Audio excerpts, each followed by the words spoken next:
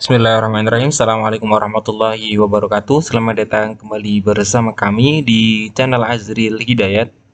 Teman-teman guru honorer sekalian, dalam kesempatan yang baik ini kembali kami akan mengabarkan informasi terbaru terkait dengan pelaksanaan P3K untuk jabatan fungsional guru di tahun 2022. Silahkan teman-teman sekalian simak video ini hingga akhir. Dalam kesempatan kali ini kami kabarkan beberapa hal penting terkait dengan pelaksanaan P3K di tahun 2022. Jadi teman-teman yang sudah lolos passing grade silahkan simak video ini hingga akhir, dan teman-teman yang akan mengikuti seleksi P3K di tahun 2022 silahkan simak video ini hingga akhir sehingga teman-teman bisa mendapatkan informasi yang terbaru. Namun sebelum kita masuk di pembahasan, silahkan teman-teman subscribe channel ini dan nyalakan lonceng notifikasinya. Terima kasih. Kita ke pembahasan. Jadi bahwa final Kemenpan RB resmi tetapkan penambahan jumlah formasi ASN untuk CPNS dan juga P3K di tahun 2022. Kita coba lihat informasi ini bahwa hal terkait dengan formasi ini menjadi hal yang cukup signifikan, hal yang sangat penting bagi teman-teman guru honorer, terutama yang masuk dalam prioritas yang pertama. Jadi kalau kita lihat dalam pengumuman yang disampaikan oleh Kemenpan bahwa formasi seleksi nasional untuk CPNS atau P3K ataupun ASN secara keseluruhan di tahun 2022 ini untuk guru itu mendapatkan jumlah formasi yang cukup banyak, yaitu 758.018 formasi ya.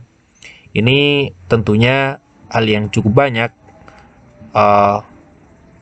karena kita lihat 758 ini merupakan formasi sisa dari tahun 2021 dan formasi tambahan ya yang ditambahkan untuk tahun 2022. Nah, teman-teman guru yang sudah lolos passing grade tentunya sangat menunggu ya, karena kalau kita lihat di timeline jadwal seleksinya untuk P3K tahun 2022, nanti teman-teman ini akan mendapatkan penempatan itu di minggu yang ketiga dan minggu keempat. Artinya setelah pembukaan ya, ini pembukaan di minggu ketiga dan minggu keempat. Artinya setelah ini nanti teman-teman yang sudah lulus passing grade itu bisa ditempatkan. Artinya bisa langsung mendapatkan tempat yang disarankan dalam aplikasi SSCASN yang tentunya teman-teman sekalian sudah familiar karena ini menjadi website resmi dari pengadaan CASN ya, yang telah dilakukan oleh pemerintah. Nah, teman-teman bisa ditunggu nanti di minggu yang ketiga dan minggu yang keempat di bulan September ini. Ini September ya, baru masuk minggu yang pertama. Di minggu 3 dan 4, teman-teman bisa langsung mengecek tentang nantinya ada pembukaan pendaftaran seleksi CASN di tahun 2022. Ini sesuai dengan jadwal seleksi P3K yang sudah pernah disampaikan oleh Kemenpan RB ya. Dan ini merupakan sumber yang valid menurut kami. Nah, kemudian teman-teman bisa lihat nanti untuk teman-teman yang masuk atau yang akan menjadi peserta di seleksi P3K tahun 2022, nanti ada beberapa hal yang teman-teman harus pahami. Di antaranya adalah di sini tentang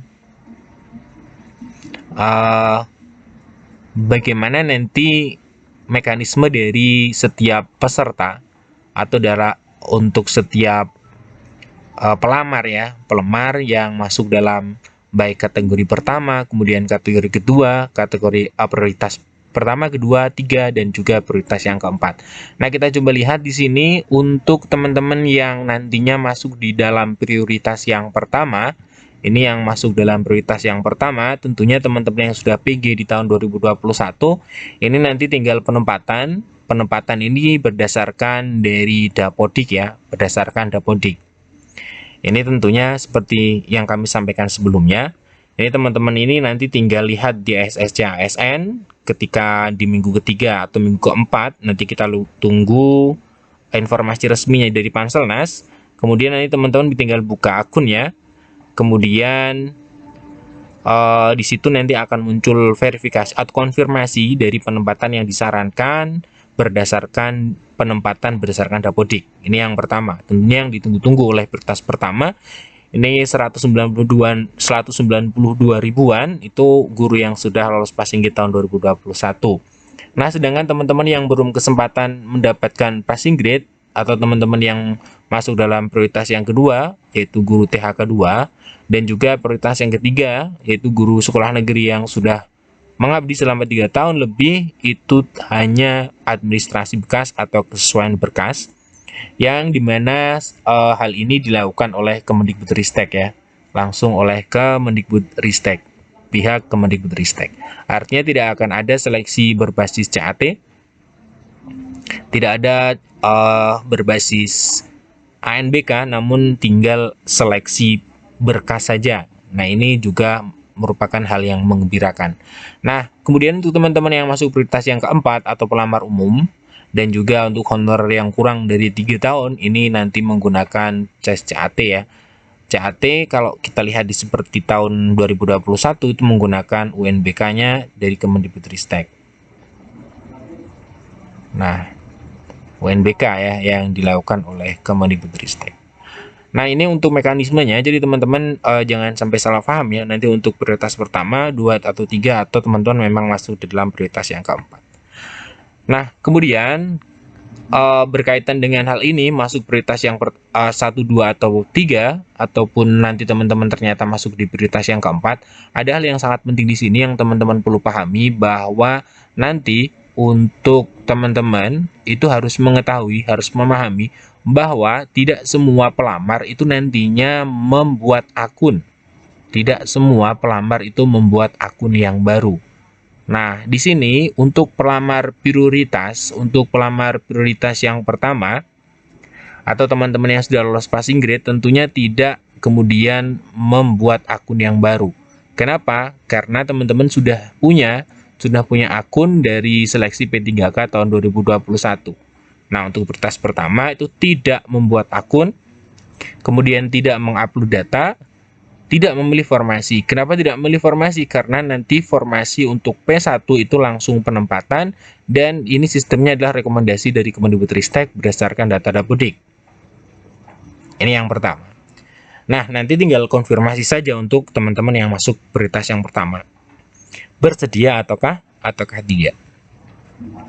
Kemudian, untuk yang teman-teman sudah mengikuti P3K tahun 2021, artinya yang sudah memiliki akun, jadi yang tahun kemarin sudah ikut namun belum passing grade, nah ini teman-teman ini tidak membuat akun, namun nanti mengupload atau mengupdate data, kemudian memilih formasi.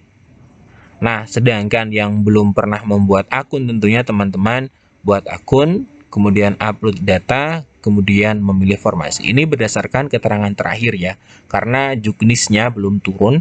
Nanti untuk kemungkinan terbesarnya, karena kemungkinan atau kepastiannya nanti kita tunggu juknis resminya yang akan turun di pekan ini atau pekan kedua bulan September. Ini sesuai dengan keterangan Bu Nuno. Nanti akan semakin jelas bagaimana nanti untuk teman-teman apakah harus membuat membuat lagi akun CASN ataukah tidak. Terutama untuk teman-teman yang sudah mengikuti di tahap 1-2 di tahun kemarin, itu apakah nanti memang akan ada muncul memilih formasi ataukah tidak, ataukah nanti sudah ada formasi yang dikunci untuk sekolah induk dan seterusnya. Kita tunggu untuk juknis resminya. Nah, kemudian kalau kita cermati lebih lanjut bahwa pelamar ini ya, pelamar itu mengajukan atau melamar atau mendaftar melalui website SSCASN. Nah, di sini kemudian kecuali prioritas 1 atau pelamar yang sudah memiliki akun tentunya tidak membuat akun yang baru. Nah, ini sesuai dengan keterangan dari terakhir ya, keterangan terakhir terkait dengan pelaksanaan P3K di tahun 2022. Nah, jadi teman-teman silahkan bersiap terutama untuk teman-teman yang sudah lulus passing grade. Seperti yang kita ketahui ya, bahwa di pernyataan Pak Aba Subagya ya, beliau ketika melakukan rapat kerja ini mengatakan bahwa rekrutmen untuk P3K tahun 2022 itu dilaksanakan di bulan September. Di bulan September tahun 2022 ini berdasarkan jadwal tentatif rekrutmen P3K guru tahun 2022 yang dilaksanakan minggu pertama dan minggu yang kedua. Nah, sekian informasi dari kami. Semoga ini bermanfaat. Bersiap, teman-teman yang sudah lolos passing grade tetap optimis. Semoga nanti ada kejutan yang memang benar-benar kejutan yang sangat menguntungkan. Teman-teman bisa ditempatkan di tempat sekolah induk teman-teman sekalian, ataupun bisa mendapatkan formasi. Yang terpenting itu bisa mendapatkan formasi, karena Permenpan tahun 20 tahun 2022 sebagaimana dijelaskan oleh Pak Abba Subagya, ini berlaku hanya di tahun 2022. Jadi teman-teman yang sudah masuk prioritas pertama, ambil kesempatan terbaik sehingga bisa menjadi ASN di tahun 2022 ini. Sekian informasi dari kami, semoga bermanfaat. Assalamualaikum warahmatullahi wabarakatuh.